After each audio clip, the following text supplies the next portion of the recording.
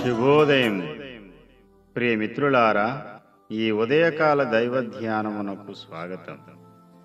దేవుని పరిశుద్ధ వాక్య భాగంలో నుండి మొదటి సమూయేలు గ్రంథము 3వ అధ్యాయం 21వ వచనాన్ని చదువుకుని దేవుని వాక్యమును ధ్యానము చేద్దాం.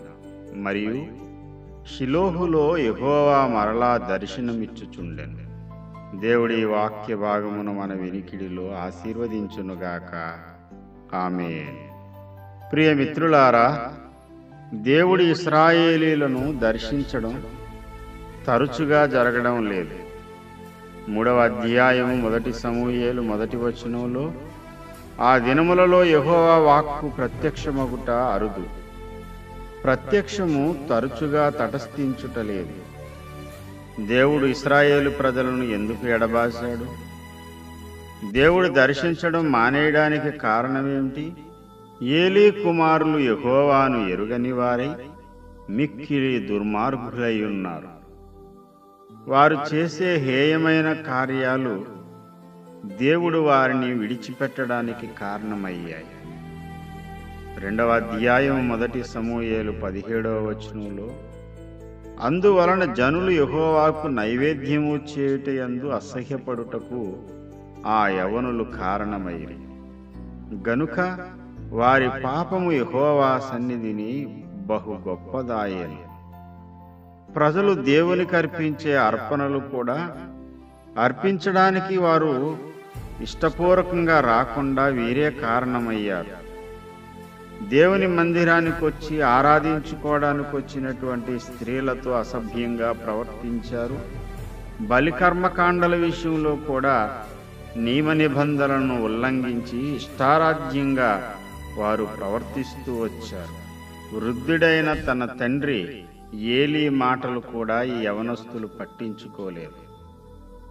వారి ప్రవర్తనకు దేవుడు కోపగించుకున్నాడు.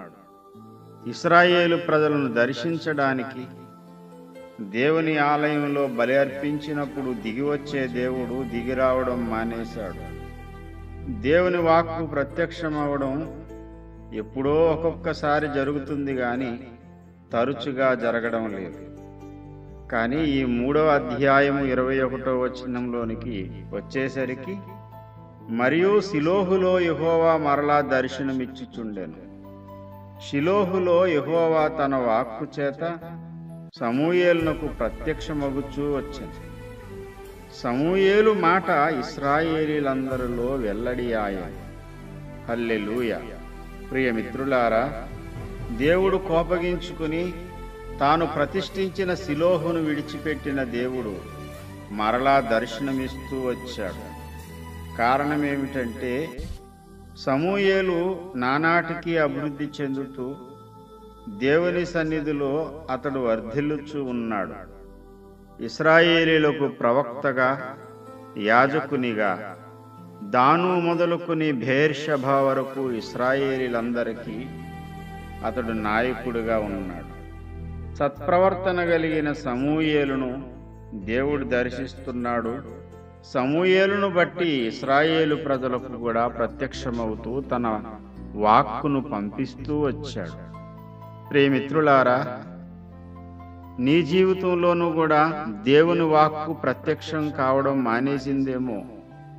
తరచుగా దేవుని వాక్కు నీకు ప్రత్యక్షము కాలేని పరిస్థితుల్లో నీ ఉన్నావేమో.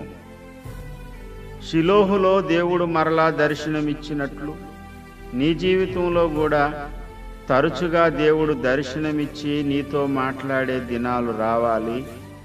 ఆ దినము ఈరోజే కావాలి.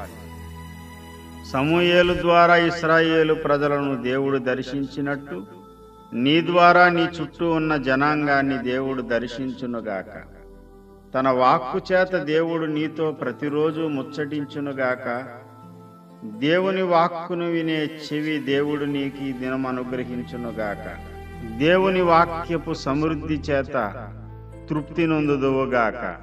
దేవుడి యొక్క వాక్య భాగమును మన వినికిడిలో ఆశీర్వదించునుగాక. ఆమేన్.